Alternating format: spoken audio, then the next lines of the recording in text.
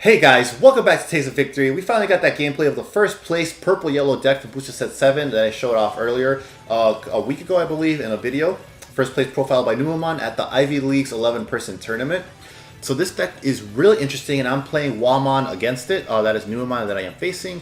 And Whamon is also a very fun deck because like you just spam out all these sources and get such a wide board off of one stack. It's so fun. I love Whamon. I can't wait to show it off more. He is playing that purple-yellow hybrid deck that showed off in the previous deck profile video. Make sure to click at the top right to go see the list if you're curious. But he opened first turn, my opponent did go first, and he just unveiled his Digimon Past. And the second turn, he just had to hard cast a level 4 hybrid. So normally that'd be pretty bad, but I remember from this, while we were talking during this game, I believe that was actually pretty good for him. Like, he did not feel that was a bad opening hand at all.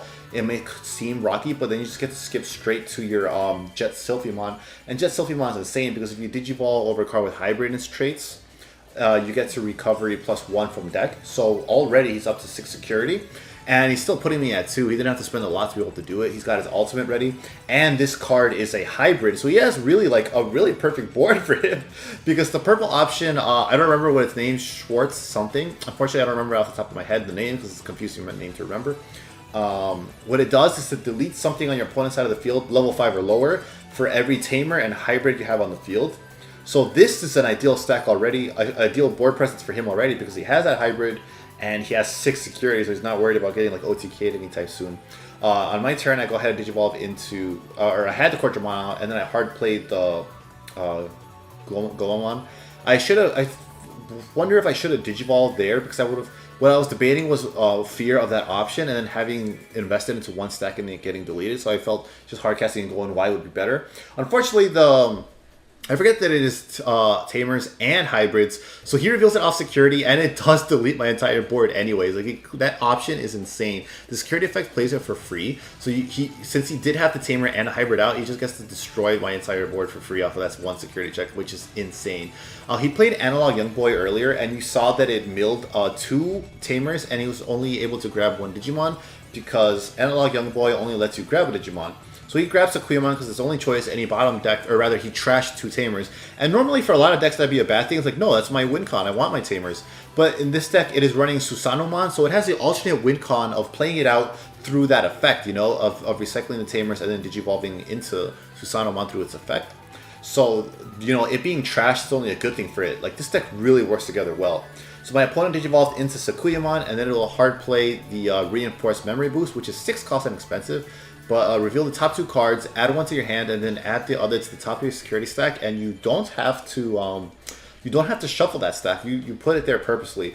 So he got such a perfect opening. Perfect opening off of that card because he gets to add the Susanomon that he wants as an alternate win con, and he gets to put a security bomb in there. Now I can't realistically swing because I don't want to give him that extra memory that Reinforced Memory Boost would give him, especially since he already has another one. So instead, I believe I swing into the. I don't think I swung into Coelamon because I would have traded. But what I did is I moved out of security and I have -3 security because it's Coeamon's effect at moving out of the raising area or the breeding area in English.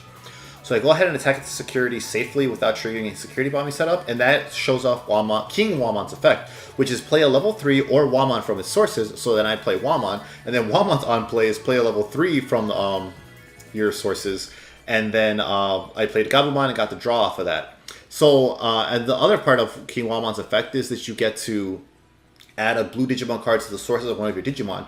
And what I did here was I played Gabumon of Friendship underneath the Gabumon.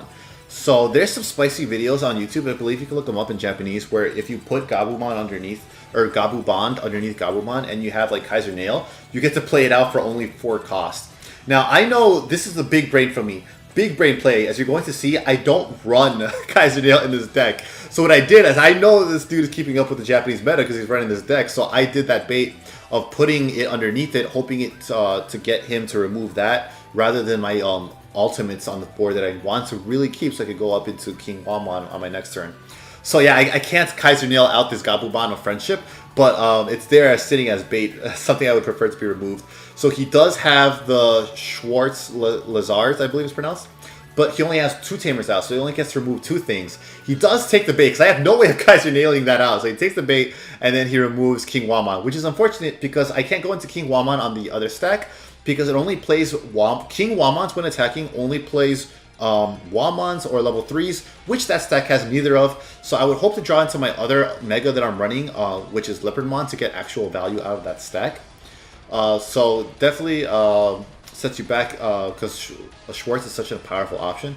I did evolve into a rookie in the breeding area, then go into Coelamon, and then I go into KingWhamon just to try and set up another stack to hopefully try and gain back momentum, because then we have the KingWhamon play at the very least. And I hard cast the ModokiBetamon so that I don't have to worry about any more reinforced memory boost shenanigans going off in the future and any other kind of memory gaining he has. He swings the security with Tabletop and reveals Gomamon, who is enough DP to delete the Tabletop, so that is going into the trash. He gets all the draw effects off of both Tabletop on deleted and Demi-Miramons, which is such a good like synergy with this deck. Like, you get to dig through your deck with the pieces, to dig for the pieces off of those purple cards. So the purple cards Teched in were like the perfect choice, because you're giving up your hard casting, you're giving up your like Digivolving into your rookies, you know, by not running Yellow Tamas. But you kind of make up for it for all the cycling when you do eventually see Tabletop, and if you don't, you still get to use that Schwartz option, so no skin off your bones. It's a really interesting deck that really works out when you think it wouldn't, looking at it on paper. He has 3 Tamers out, so I am just absolutely terrified of Schwartz right now as an option card. No Digimon ran out to try and push for game. As far as I'm aware, from what I remember, there isn't 10 Tamers in trash either, so he can't go into Sanomon. Now he has 4. I am terrified over here. He goes to 3 because I have Davis out. He recovers and then shuffles it off of Zoe's effect. It is my turn here, so I got 3 memory to work with. I could potentially move out of Racing and Digivolve into Mega, but KingWhamon is 4 cost to Digivolve into, so that would pass turn, and he has a memory tamer, so I wouldn't even choke him at 1. I do end up just going into the KingWhamon because I don't really see much of a better play. Either way, I'm going to be giving away 2 little memory, and he's going to run away with it. So he goes ahead and Digivolves into, I think, I can't see from here, it doesn't look like Jet Sylphimon, it looks like Valkyriemon. Yeah, it's whatever that one's called. It's like Zephyrmon or something like that. I forget its name. But basically, all of his security Digimon get plus 3,000 DP, and now he will go into, or all of his security. Then he will go into Jet Sylphimon, and he will get the recover effect. So he should be at 7 security off of that, unless I am misremembering something, because it doesn't look like he's done it yet. Yeah, I wonder if I'm misreading the effect. I don't remember if he just forgot to or if he was at 5 and I didn't notice him already do the recovery. But yeah, he does go into Jet Sylphie, which is an incredibly powerful card. He swings into security, 6,000 DP, and I believe Jet Sylphie is 7k, so it gets to live. Oh, and then I forget that it's a security monster. I do get to play it.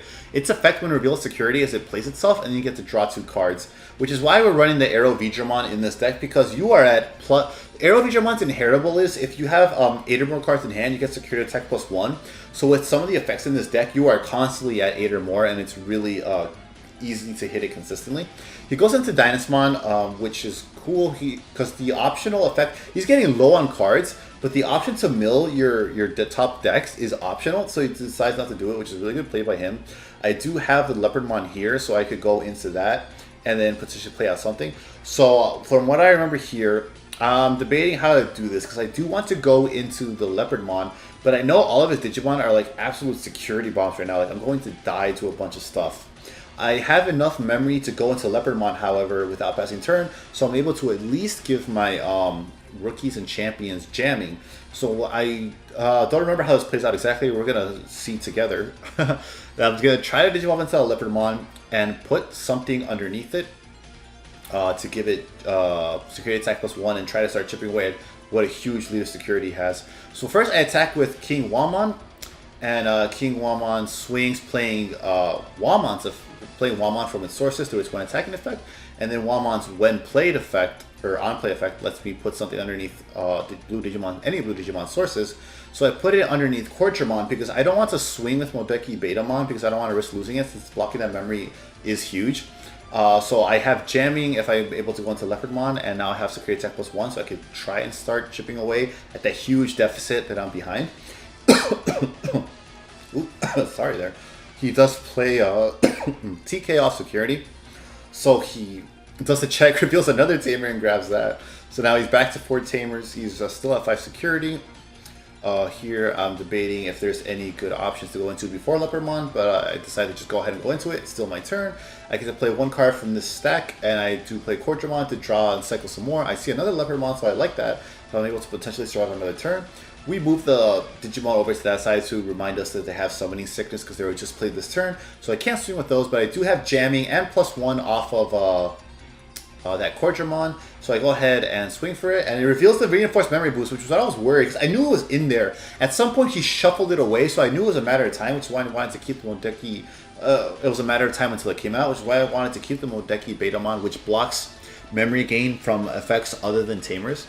So he does hit it, and then I'm able to like bring it down a bit more, you know, down to 4 security from the huge lead he was at. But it's still a huge deficit with potentially a billion checks on board, because you have to treat all of those tamers like Digimon in this meta, because you could absolutely go into it and start swing that turn because they already have the summoning sickness. So what I'm going to do is that I'm going to play double Ice Wall, which takes him to 3. And that double Ice Wall makes it so he loses 4 memory if he tries to swing with the Digimon. Because of ModokiBetamon, he can't use Reinforced Memory Boost to go into to gain the memory and then be able to swing with both. Because if he Reinforced Memory Boost gives you 3 memory, so that would put him to 6. So he'd be able to swing with Dynasmon and Tapirmon without passing turn, even through the effect of Ice Wall, which gives you -4 memory when attacking because I played 2. So that ModokiBetamon did end up being clutch holding onto it, because now he cannot swing without passing turn unless he has a way to out this ModokiBetamon. And I remember here, we sit here for a while, like this is edited down, I have to cut this part down, but we sat here for a while wondering, he was like, do I have an out to this? Like, do I literally lose to ModokiBetamon because like I can't swing without passing turn? So like you see that huge hand he has, he's like debating like, how do I get past this? I have to look through my hand. And then he does eventually realize that he has an out to it. So I'm going to go ahead and cut to that now, because we were here for a while. He really thought like I got him with KingWhamon. Still, so yeah, this is what I was talking about. He realizes he has the out. He has a white tamer in Analog Young Boy, so he can play Mega Digimon Fusion, which lets him go into Susanomon for free. And Susanomon has a delete a Digimon effect when Digivolving, so he just gets to pop the ModokiBetamon. He gets to spend the Reinforced Memory Boost, putting him up to 5 memory. So he loses 4 memory because I played Ice Wall twice, but that still leaves him at 1, so it is his turn, and he is still able to swing with Susanomon without passing turn, and that is game. He wins with the Susanomon for the alternate win condition. So that deck is so cool to play against. It is a really fun deck. It just grinds you out and it still gets a powerful end game. It's really exciting. On screen, you can see my deck that I was playing. If you want to see Numemon's deck, there is a profile. Just a couple of videos above this one. You can check it out. I'll probably do some profiles for set 7 since it's a Japanese set, but I'll wait closer to when we get it in English to do like, you know, real profiles. So here's just this list if you want to try it out for yourself. Whamon is really fun. I had a great time recording this. Thank you again so much, Numemon, for like showing all this to us and for coming on for games. Anyways, I hope you enjoyed this video, and remember to stay hungry until you get a taste of victory.